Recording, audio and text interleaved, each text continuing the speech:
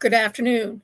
Welcome back to Passionate World Talk Radio Network, a wholly owned subsidiary of Global Media Network LLC, to educate, to enlighten, to entertain.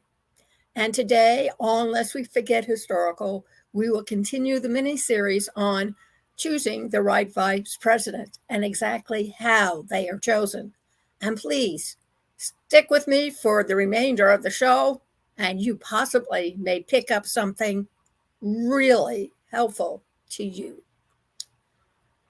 While most vice presidents don't have a very hectic life as vice president or many onerous duties to do, they are chosen, and when they are chosen is usually quite intensive, highly selected, and well documented as to why each candidate was chosen to become vice president.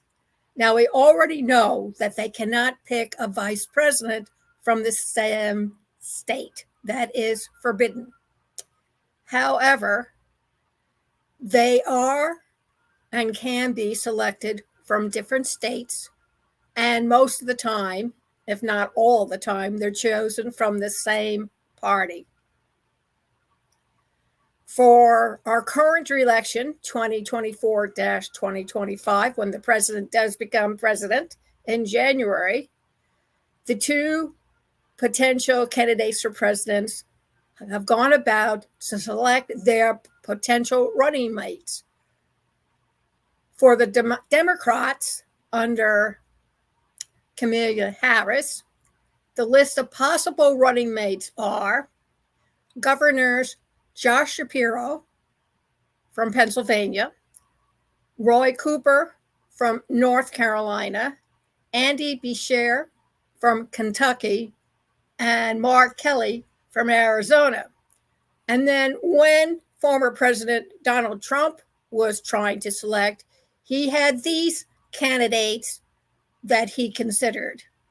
Governor Doug Burgum from North Dakota, Senator Marco Rubio from Florida. But he ultimately decided on selecting Senator J.D. Vance from Ohio. One potential presidential candidate chooses.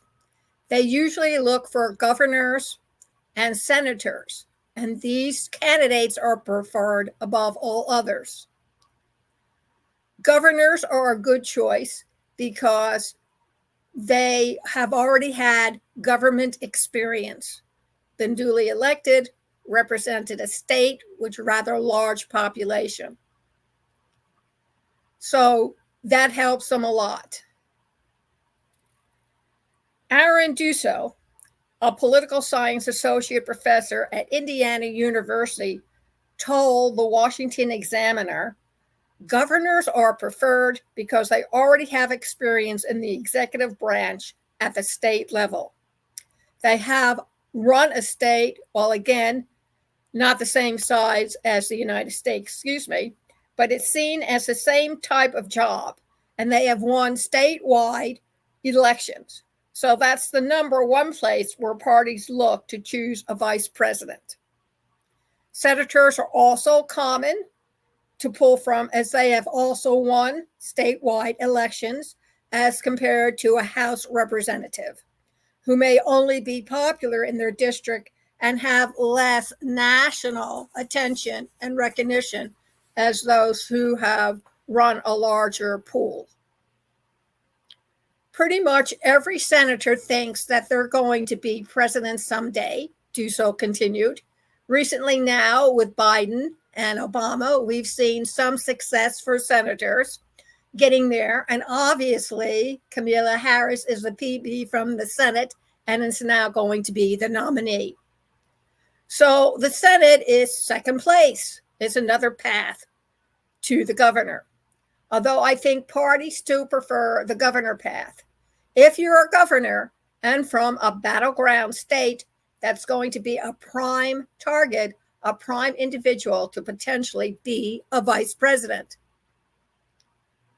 While Harris's box does check all the boxes, former President Trump's did not. And although his former vice president, Mike Pence, was chosen, they are all from non-competitive Republican states. And because of that, he won in 2016. The jury is still out whether he will win with his chosen Mr. Vance. Vetting process for possible picks. Once a list is compiled, the candidates for vice president are then sent vetting materials. According to Dusso, vetting materials include providing statements and personal information, such as bank account information or even the existence of foreign bank accounts. He goes on to explain it's like a background check. You're trying to unearth all those skeletons, not necessarily because you wouldn't pick someone, but you want to be ready for a campaign. One campaign is not like being unprepared. So you need to be prepared if you possibly want to run for either vice president or president. These are things you need to keep in mind, not only politically, but in how you serve the people, because you're supposed to represent us, not your own personal vendettas or your own personal agenda. And Dusso goes on to say, so even if you have some things that are not great on your past, for example, and it doesn't necessarily exclude you, we want to be prepared for when it comes to light or when it's going to be talked about. We want to have our talking points ready to go. We don't want to be blindsided by something. He continued. For example, when Clinton was found sleeping with one of his aides. He said, even though vice presidential picks have usually been evaluated at the state level, vetting materials give campaigns one more chance to unearth everything about a candidate, whether he takes drugs, recreational drugs. I don't think that it's necessary, but you need to think about balancing the ticket when it comes to demographics of the individual, which has emerged as an important aspect of picking a running mate. All the things that Harris has in common with the choice of her vice president is they're all white men. Think about it. Sort of like Obama and Biden, one black, one white. They balance each other out. He refers to the 80s and 90s, and he says you want to be able to balance the ticket geographically. So you wouldn't necessarily want to run two people from the Northeast, want to have some balance that way, maybe one from the East, one from the South, maybe one from the East, one from the Northwest or the West. Have a Southerner and a Northerner, for example. He added, that's kind of fallen by the wayside at this point, and that it's more about demographic concerns, but it's also noted there's been a recent political shift. There hasn't been much evidence that ultimately that is a key to winning. However, there is still a law prohibiting candidates on a ticket to be from the same state.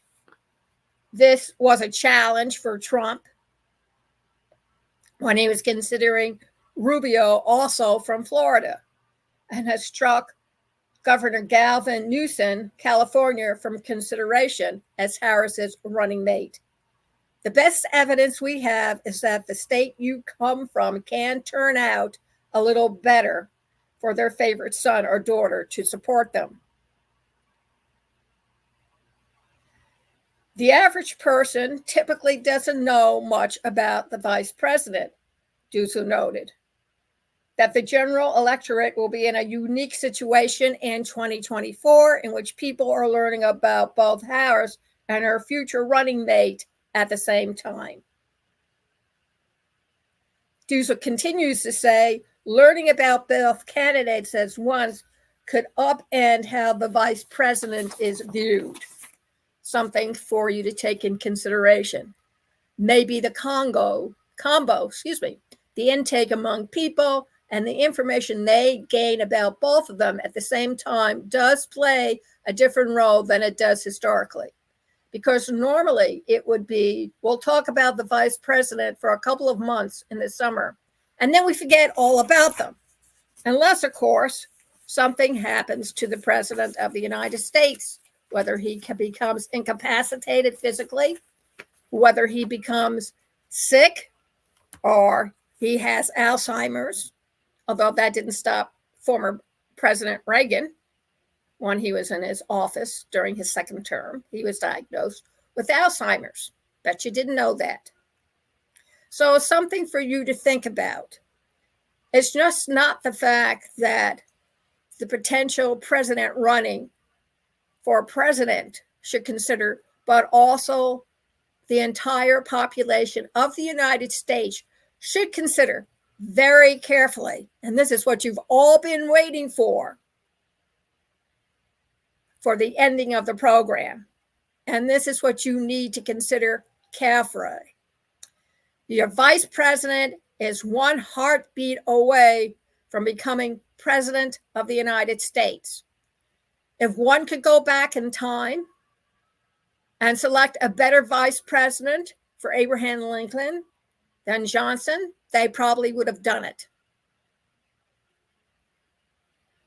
Both the House and the Senate did not expect the kind of president that Johnson was, and he almost got impeached because his views ran pretty much along the same lines as the former president, Abraham Lincoln. So be careful what you wish for. So on one hand, you have Trump and Vance, and on the other hand, you have Harris and her potential pick. And what you have to decide is, what is more important to you? If you want to make America great again, you have to be careful that you don't want a government taking over totally.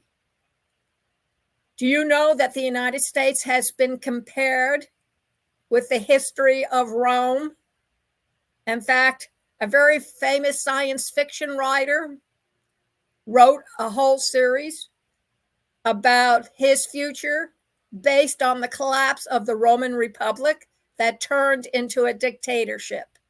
Something for you to think about for the days following up for the November 2nd election.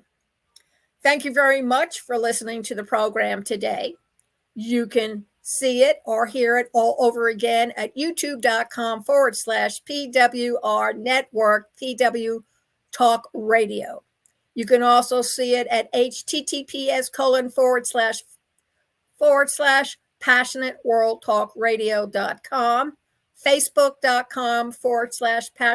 radio, X at PWTR, and all the other major platforms and social media sites that Passionate World Talk Radio.com uses. This program is brought to you by The Obstacles of Podcasting, a 2-month certified training program for anyone in middle school, high school, college, university, junior college, public schools, charter schools, private schools, schools at home, beginner, advanced, intermediate podcasters who want to become successful in the path of a giant, their podcast, and also sponsored by Ruby, RUBI.IE, .ia. Please go over to https://esc73.try.ruby.ai and don't be left behind. Thank you. Have a great weekend, and I will see you next week.